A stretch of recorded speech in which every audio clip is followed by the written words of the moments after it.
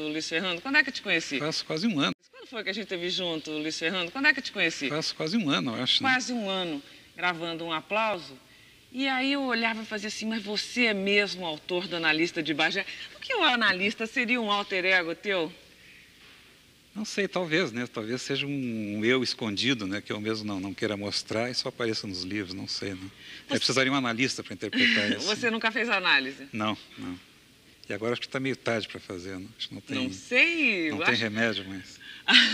Ô Luiz Fernando, estou perguntando porque eu fico imaginando se você alguma vez na vida quis ter um pouco daquela personalidade, sei lá, cheia de arrobos do analista. Você teve alguma vez na sua vida que você gostaria de se expor, de dizer suas coisas de maneira diferente, não?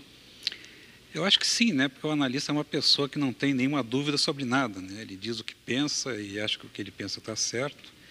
Eu acho que, de certa maneira, todo mundo gostaria de ser assim, né? Não ter dúvidas, não ter nenhuma hesitação sobre nada, né? Acho que nesse ponto, talvez, eu gostasse mesmo de ser o personagem.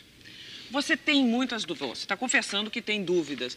As suas dúvidas hoje são principalmente de o quê? De cunho pessoal, ao nível de resolução própria, de personalidade, ou você tem uma preocupação mais ampla, e aí estou falando de preocupação social, política, como é que é isso?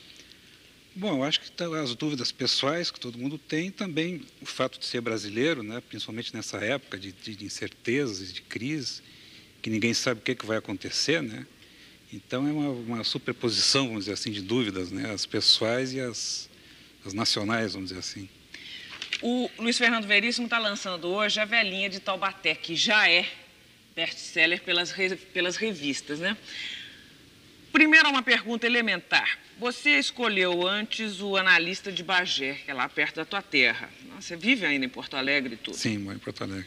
Bagé é uma cidade bem característica, né, para definir gauchismos, etc. e tal. Por que a Velhinha de Taubaté?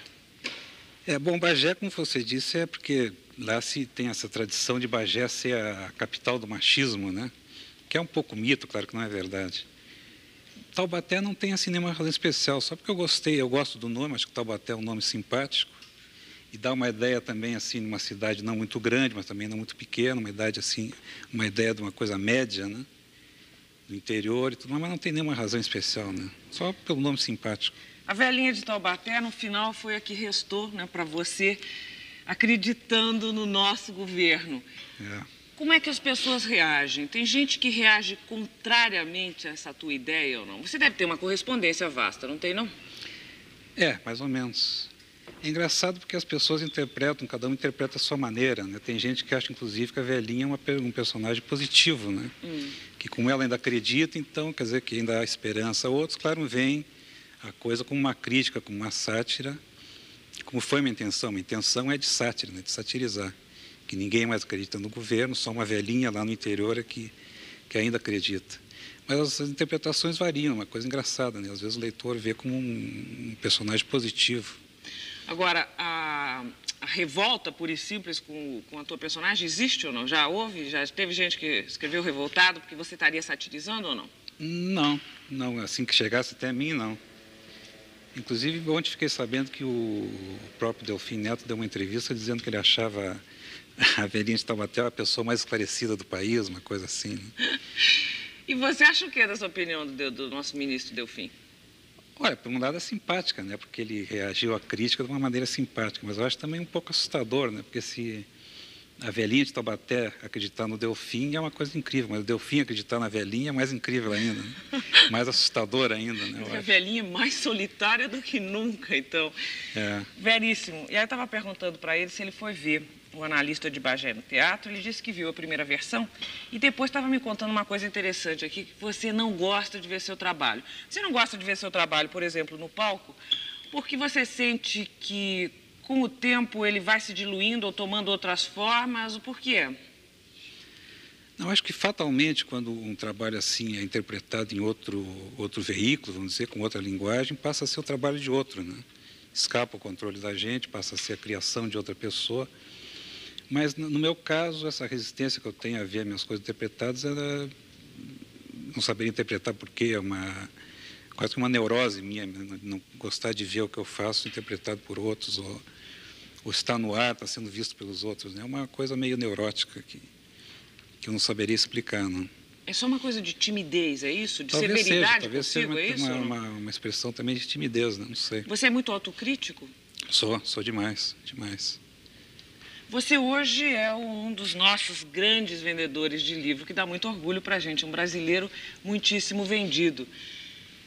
Como é que fica essa tua severidade diante dessa constatação de que você é um dos mais lidos escritores nacionais?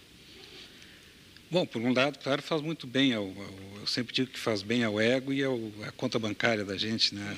O fato de vender bem.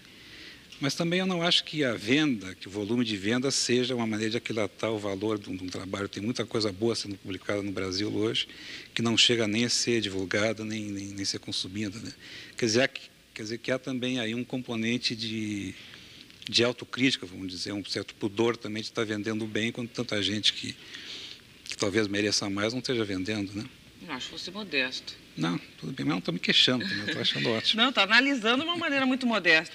Veríssimo, você tem o teu desenho, que por sinal é um traço muito bom. Você faz os seus cartoons. Você fez primeiro o que na sua vida? Você escreveu antes de desenhar ou ao contrário, ou veio junto tudo? Não, eu tinha a intenção de trabalhar mais com desenho, com traço. Inclusive eu estudei pintura e tudo mais. Mas quando eu comecei profissionalmente, eu comecei com texto. Depois, então, comecei a fazer cartoon para ou ilustrar o texto, para substituir o texto, às vezes. Mas comecei profissionalmente com o texto. Para você, o que é mais difícil? Eu acho que eu prefiro fazer desenho. Não que seja mais fácil ou mais difícil, mas é uma coisa que eu acho mais natural. O texto eu acho uma coisa assim meio não muito natural, né? Não é natural? Para mim, pelo menos, não é. Texto, para mim, é uma coisa difícil de fazer. A palavra para você é difícil. A palavra é uma coisa difícil, né? Eu acho que é isso. Ô, Veríssimo, como é que seu pai reagia à sua manifestação, esse tipo de trabalho, sua manifestação profissional? Como é que era? Porque ser filho de Érico Veríssimo, eu imagino que represente ônus de alguma maneira, não é? Eu comecei a escrever muito tarde, né? Eu comecei a escrever com 30 anos, quando eu comecei no jornalismo. Antes não tinha escrito, não escrevi nem o tradicional soneto que todo mundo escreve na juventude, eu não escrevi, né? Mas o pai tem a impressão que gostou, né? Apesar dele nunca ter tentado me influenciar nessa direção, de seguir a profissão dele, a carreira dele, né? Tem a impressão que gostou.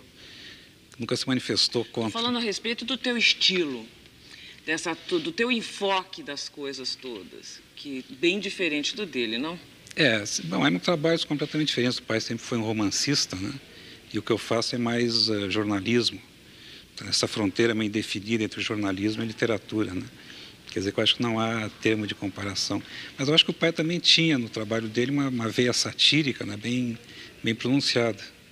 Talvez nesse caso eu tenha herdado alguma coisa dele, né? Do estilo dele. Eu estou fazendo uma enquete particular aqui, TV Mulher, a propósito, uma enquete mais pretensiosa, que eu gosto de opiniões mesmo, a respeito das eleições. O que você acha que está se passando? Você é a favor das diretas e qual é a tua posição em relação a isso? Eu sou a favor das diretas, acho que a gente devia ter eleições diretas, mas acho difícil que o governo conceda isso agora, né? Ele está com tudo na mão para eleger, para continuar, né, para assegurar a continuidade desse governo, e acho difícil que ele ceda isso, esse privilégio que ele tem, né? Infelizmente, porque eu acho que as diretas seria uma saída para todo mundo, né? Inclusive para o sistema. Mas eu acho meio utópico pensar em eleições diretas agora. Luiz Fernando Veríssimo vai estar hoje na Livraria Pagu, a partir das 8 da noite. A Livraria Pagu fica na Rua dos Ingleses, ali no Teatro Ruth Escobar, lançando A Velhinha de Taubaté, que tem as novas histórias do analista de Bagé. Tem mais algumas analistas. O analista continua firme e forte em você? Quer dizer, ainda é uma personagem forte em você ou não? Não há mais nada para fazer com ele. Né? Você mata suas personagens quando... Teve um personagem, o Ed Morte, que era um detetive brasileiro, que eu matei, né? Apesar do protesto de alguns leitores, eu matei. Mas o analista, eu acho que vai se aposentar só e não precisa matar ele. Não. Vai se aposentar? Veríssimo, foi muito bom ter você. Eu falei que ele era uma surpresa. Ele é todo, mas você falou bastante hoje. Falei demais até hoje. Querido, muito obrigado. Sorte para você. E a gente vai estar lá hoje à noite. Muito obrigado.